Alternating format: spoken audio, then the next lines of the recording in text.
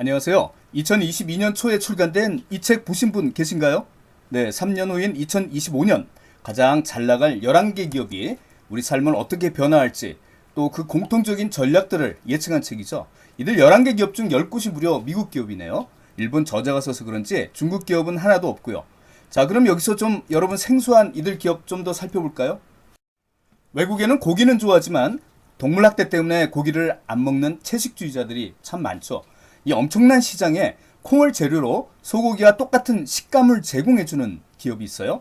이제 돼지고기도 대체하고 있다니까 조만간 치킨이나 참치도 아마 대체용이 나오지 않을까 생각되네요. 정말 무궁무진한 시장을 갖고 있네요. 로빈후드는 모든 가입 절차가 스마트폰에서 이루어지는 스마트폰 전용 주식 투자 서비스로 젊은 층이 게임하듯이 자산을 늘리는 그런 경험을 주는 온라인 증권업체예요. 요새 우리 국내의 상황하고 좀 비슷하네요. 그런데 돈을 어떻게 버냐고요? 네, 증권거래소에서 직접 주식을 사는 게 아니고 모건 스털리나 그 골드만삭스 이런 데서 구입을 하는 거예요. 그러니까 당신네들 증권회사에서 주식을 대량으로 매입할 테니까 수수료를 주세요라고 말이에요. 쇼피파이는 온라인 판매를 시작하는 중소사업자의 그 잡다한 온라인 업무를 대행해주는 B2B 회사라고 보시면 돼요. 우리나라의 네이버 스토어와 좀 비슷하다고 보시면 되겠네요. 사실 이들 기업은 지금도 주식 시가총액이나 성장성, 규모 등에서 이미 전 세계를 주름잡고 있어서 뭐 그닥 새로울 것도 없는데요. 중요한 것은 이들이 대체 지금 어떤 방식으로 일들을 벌이고 있는지, 그래서 3년 후에도 우리의 삶을 주도하는지 그 내막이 궁금하다는 거죠. 이 책에서 언급하는 이 세 가지의 공통 전략들은 서로 연동되어 있어요. 즉 고객 가치 중심의 그 경험을 주는 다양한 서비스를 통해 엄청난 데이터를 얻고 이 데이터를 활용해서 다시 다양한 업종으로 진출한다는 거예요. 한마디로 2025년에는 한우물 파는 기업은 도태되거나 다른 복합 기업들에게 인수합병된다는 거죠. 그리고 이 책에서는 앞으로 도태될 가능성이 큰 업종들도 제시하고 있는데요. 여러분 앞으로 진로상에도 참고가 되었으면 좋겠네요. 그런데 대체로 이러한 세 가지 트렌드에 취약하기 때문에 앞서 얘기한 11개 업종 기업들에게 인수되거나 적어도 제휴당할 가능성이 크다는 거죠. 그리고 재밌는 것은 향후 도태되지 않기 위한 개인 역량도 제시하고 있어요. 자, 이러한 개인기를 지금부터 갖추라는 얘기 같아요. 제가 오늘 하고픈 얘기는 사실 이들 세 가지 트렌드에 대해서 이 11개 기업들이 지금 어떤 일들을 회사 내부에서 꾸미고 있는지 그 사례 중심으로 알려드리려고 해요. 아마 미리 알고 계시면 여러분 개인 역량 개발이나 회사 취업 면접 아니면 회사 업무에 많이 도움되실 것 같습니다.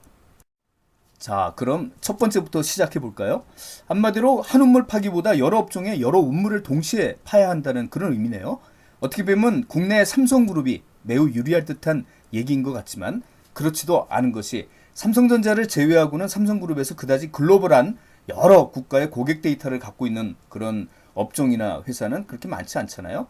여러 업종의 사업을 하는 이런 복합 기업이 되기 위해선 제품보다는 고객 중심, 특히 고객 경험 중심의 경영을 하면서 고객 데이터를 축적해야 한다는 그런 얘기 같아요.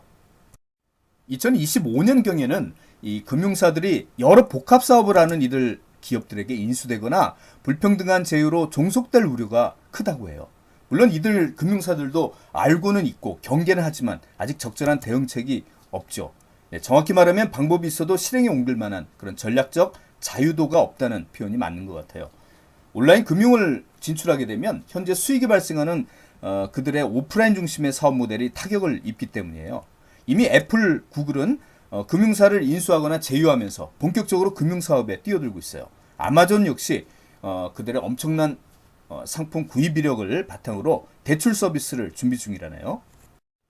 세계 최고의 오프라인 유통업체 월마트는 긴 역사의 유통 공룡이지만 인수합병을 통해서 새로운 업종들에 진출하고 있고 최첨단의 테크놀로지도 지금 활용하고 있어요. 월마트는 전통의 공룡기업답지 않게 고정관념을 무너뜨리고 업계 상상을 뛰어넘는 다양한 서비스들을 펼치고 있어 아마존과 경영 스타일이 유사하다 그런 얘기를 많이 듣죠. 온라인 배송에 있어서도 아마존이 외곽의 물류창고에서 배송을 시작하는 반면에 월마트는 전국에 깔려있는 동네 매장에서 월마트 매장에서 배송을 시작하는지라 아마존보다 도착이 빠른 경우가 또 많다고 할 정도예요. 대중운송업계에도 큰 변화가 예고됐네요. 여기에도 테슬라, 구글, 애플 등이 현재 로봇택시로 진입해 있거나 진입 중이죠. 네, 무인 자율주행의 이 로봇택시가 2022년 봄 현재 국내외에서 이미 일정 권역 내에서 시험 운행 중이고 중국에서는 이미 상용화 중이에요. 네, 무엇보다도 일반 주차된 전 세계의 그 많은 차량들을 이용한다든지 기사 없이 그래서 인건비를 절감한다는 차원에서 이 정부나 국가 차원에서 규제하기도 힘든 현실이에요. 아마 2025년 이전에 상용화가 될 거라는 전문가들이 굉장히 많습니다. 의료기기 업체 역시 클라우드와 데이터, AI 등으로 무장한 구글, 애플의 의료기기 진출에 따라서 도태될 업종이라고 하네요. 이미 의료기기 업체들 역시 이걸 인정하고 있는 추세고요. 앞으로는 병원의 검사 기구들도 클라우드에 연결되어서 환자 데이터가 집적될수록 그 파워풀한 진단력을 보여줄 전망입니다. 어떤 사람이 무슨 병에 걸릴지를 이제는 미리 사전에 진단하는 거죠. 현재 의료기기 업체 대부분이 이러한 데이터 분석이나 클라우드에 취약한 그런 실정이니까 애플이나 구글이 아예 처음부터 클라우드에 특화된 의료기기 개발하는 것이 더 좋고 값싼 개발이 가능하다. 그런 얘기를 하고 있습니다. 이제 두 번째 트렌드에 대해서 얘기해 볼까요?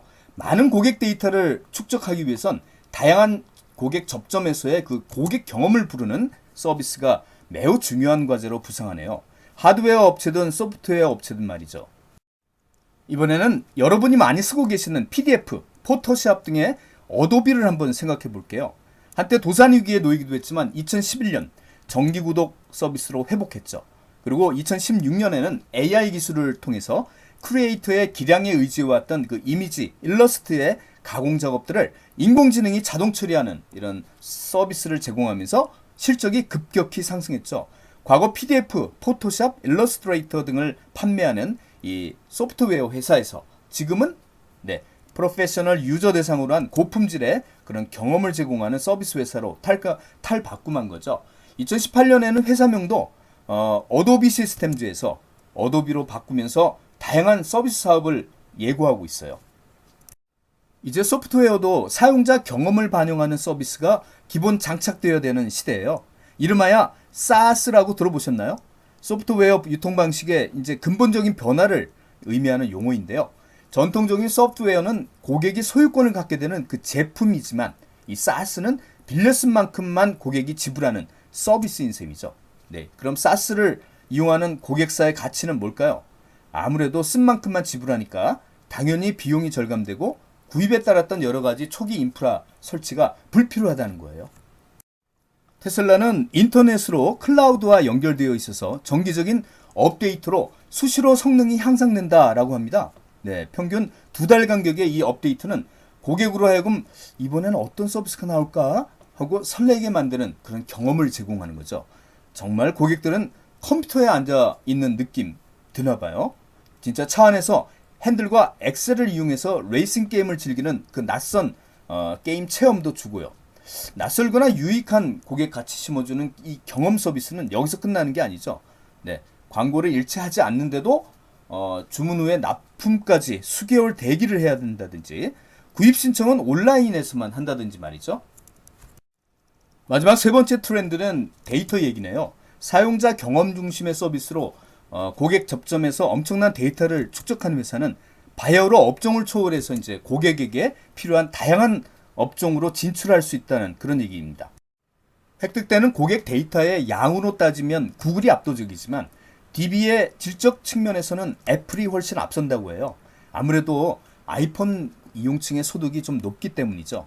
그런데 아이러니하게도 획득되는 데이터의 이 경로인 검색에 대해서 구글은 향후 검색 자체가 불필요한 그런 상태를 위한 새로운 서비스를 준비한다고 하죠.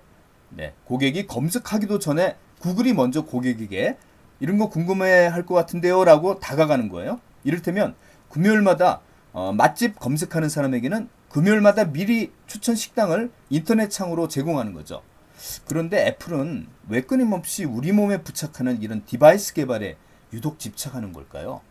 3, 4년 후에는 스마트폰을 대체할 기기가 이제는 나온다라는 걸 알고 있는 거예요. 그래서 뭐라도 먼저 개발해서 미리 선점하겠다는 거죠. 사실 그보다 더 큰 이유는 고객 개인의 생활 정보를 더 많이 얻겠다는 거지만요. 구글의 단순한 이런 검색 정보와는 차원이 다른 정보겠죠. 자, 그럼 이번엔 아마존의 데이터 비전을 한번 볼까요? 지금은 실내에서 우리 음성을 인식하지만 앞으로는 네, 주유소 같은 데서 우리의 음성을 인식해서 주유비를 자동 결제할 거라네요. 지금 준비하고 있다고 그러죠. 네, 오늘 준비한 내용 여기까지입니다. 3년 후에 비즈니스의 모습과 다양한 사례를 살펴보았는데 여러분 좀 도움 되셨나요? 네, 여러분 공식적인 회의석상이나 면접장 아니면 지인과의 대화 같은 데서 좀 요긴하게 활용하셨으면 좋겠습니다. 경청해 주셔서 고맙습니다.